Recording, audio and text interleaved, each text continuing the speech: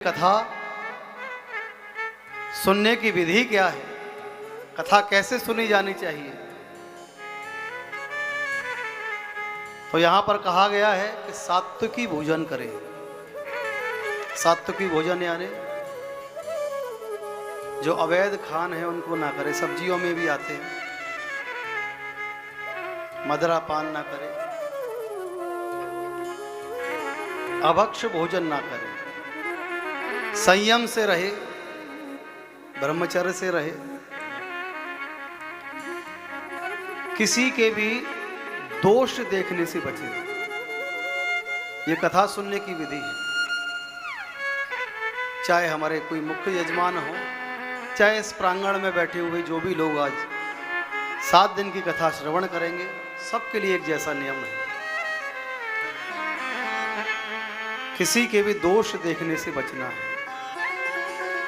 प्रयास करें कि उसके गुण देखे जाएं। अगर गुण ना दिखाई दें तो दोष ना देखें। सूचना देकर अपने सभी इष्ट मित्रों के साथ, परिवारीजनों के साथ कथा करानी चाहिए।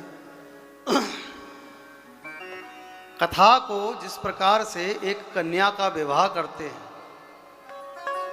उस प्रकार से कथा करानी चाहिए। उस प्रकार से इस उत्सव को करना चाहिए।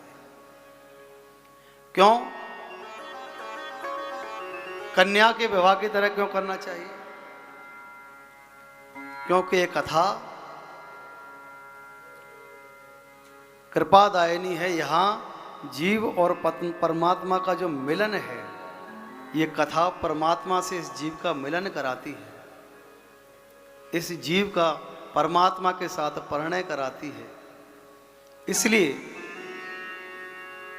जिस प्रकार कन्या का विवाह करते हैं, उस प्रकार कथा करानी चाहिए।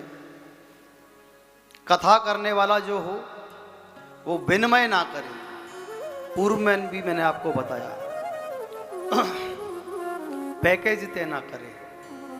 कथा कहेंगे तो इतना पैसा लेंगे, ऐसे वक्ता से कथा ना करें। ये मैं नहीं कहता हूं, श्रीमद् भागवत जी में लिखा हुआ है। जो मोल भाव करे, कथा नहीं करानी चाहिए। श्रोता अपने मात्र कल्याण की भावना से इस कथा को सुने।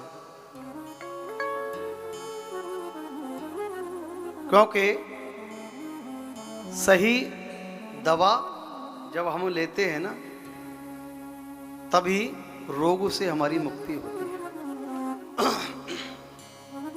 सर में दर्द हो रहा हो, बुखार की दवाई ले लो, काम करेगी? डायबिटीज बढ़ रही हो, ब्लड प्रेशर की दवाई ले लो, काम करेगी?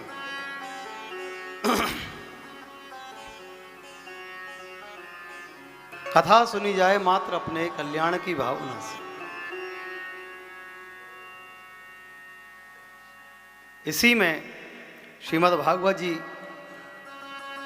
की कथा सुनने की विधि के साथ यहाँ कथा का जो महात्म्य है, उसका विश्राम है।